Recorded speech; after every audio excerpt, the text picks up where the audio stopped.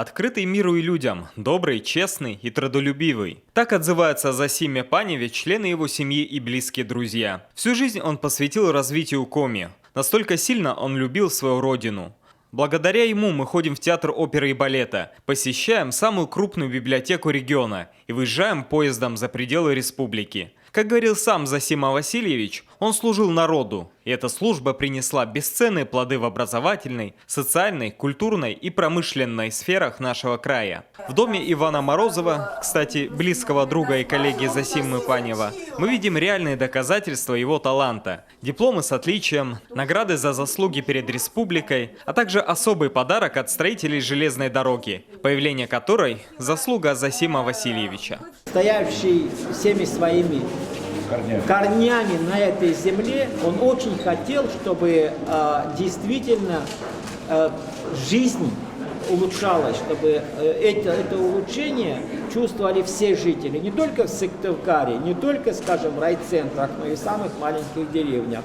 Амбициозный, преданный науке и просвещению, Зосима Васильевич добился становления Сыктывкарского государственного университета. Своими силами он собрал первый преподавательский состав, тем самым окончательно развеяв сомнения властей в строительстве образовательного учреждения. Любовь к учебе у Панева была с раннего детства. Он всегда был лучшим учеником в классе, чуть позже получил профессию преподавателя, а в 20 лет стал директором школы, в которой когда-то сидел за партой. Столь сильную любовь к просвещению он, конечно, старался передать и своим детям. Он и беседовал с нами и о книгах. Вот особенно, когда я в университете, поступила в университет московский.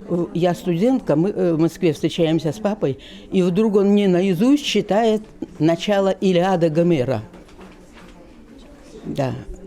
А он был председателем Совета министров республики тогда. И две молитвы наизусть читает: Богородица и Отче наш.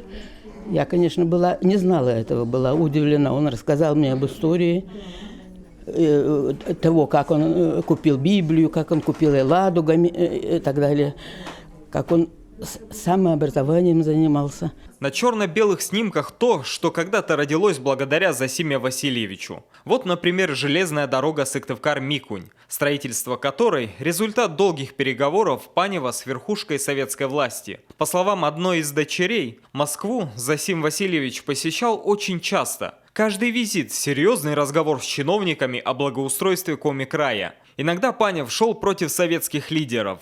Так, вопреки верховному запрету, был построен музыкальный театр. Невероятно смело сделала из Панева лидера, воспоминания о заслугах которого не заканчиваются. У нас есть и депутатские мандаты, у нас есть и воспоминания семейные, есть у нас допустим, избирательные документы, иллюстрирующие избирательную кампанию. И, конечно же, когда мы начинали строить выставку, мы ориентировались на его воспоминания.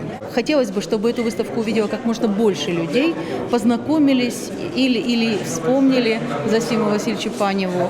И когда шли по улице Панева, четко знали, что это человек, именем которого создавались успехи республики. Среди экспонатов представлены и многочисленные благодарственные письма Зосиме Паневу за появление лесоперерабатывающего комплекса, за строительство первых автодорог, а также за сохранение филиала Академии наук на территории Республики Коми. Самые главные слова благодарности все-таки звучат из уст членов семьи. Здесь собрались представители 4 поколений. Дети вспоминают о нем как о добром папе, который почти никогда не снимал шляпы, а на завтрак всегда приходил в белой рубашке. Он вообще не был таким жестким папой, как некоторые думают. Наоборот, мама наша воспитывала, а папа был такой добрый и покладистый. Очень много трудился.